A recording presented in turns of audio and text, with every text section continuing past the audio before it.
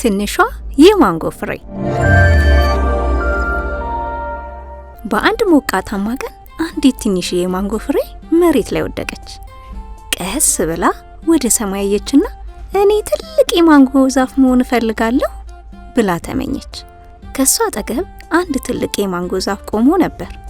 ቅርንጫፎቹ ብዙና ትላልቅ ሲሆኑ ወፎቹ ከበውታል። ልጆች በዛፉ ዙሪያ እየተሽከረከሩ ይጫወታሉ። የበሰሉ ፍራፍሬዎችን ይቀጥፉ ነበር።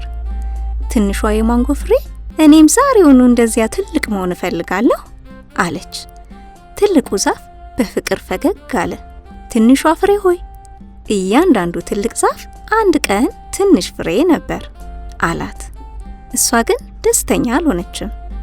መቆየት አትፈልግም። አሁን ነው ትልቅ የማንጎ ዛፍ መሆን የፈለገችው። በማግስቱ ጠዋት ዛሬ አድጌያለሁ ብላ ትልቁን ዛፍ ጠየቀችው። ታገሽ አላት። በቀጣዩ ቀንም ጠየቀች። አድጌያለሁ ዛሬ አለች። ታገሽ አለቻት መሬት። እንደገና ሌላ ቀን ነፋሱን አሁን ዛፎኛለሁ አለችው። ነፋሱ በደስታ ነፈሰ። እያደግሽ ነው አላት። በሌላኛው ቀን ዝናቡን ጠየቀች። ዛሬስ አለች። ዝናቡ ቀስ ብሎ ዘነበ።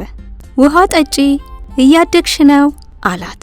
በቃ ያላት አማራጭ መጠበቅ ነው። ጠበቀች።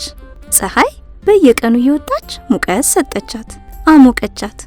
ዝናብ በየቀኑ እየዘነበ እርጥብና ጠንካራ እንድትሆን አደረጋት።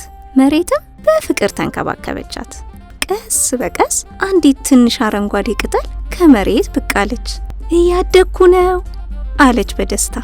ወፎቹ ዘመሩ፣ ቢራቢሮዎቹ ደነሱ፣ ነፋሱ በደስታ ነፈሰ። ቀናት አለፉ፣ ሳምንታትም አለፉ። ትንሿ የማንጎ ፍሬ ከፍ ከፍ አለች። ስሮቿ ወደ ምድር ጠለቁ፣ ቅርንጫፎቿ ወደ ሰማይ ተዘረጉ። አንድ ቀን አንዲት ትንሽ ልጅ በጥላዋ ስር ተቀመጠች። አመሰግናለሁ ትንሿ ዛፍ አለች። ወፎች በቅርንጫፎቿ ላይ ጎጆ ሰሩ። ጦጣዎች በቅርንጫፎቿ ላይ ተጫወቱ። ከብዙ ጊዜ በኋላ ጣፋጭ የማንጎ ፍሬዎች በዛፉ ላይ በቀሉ።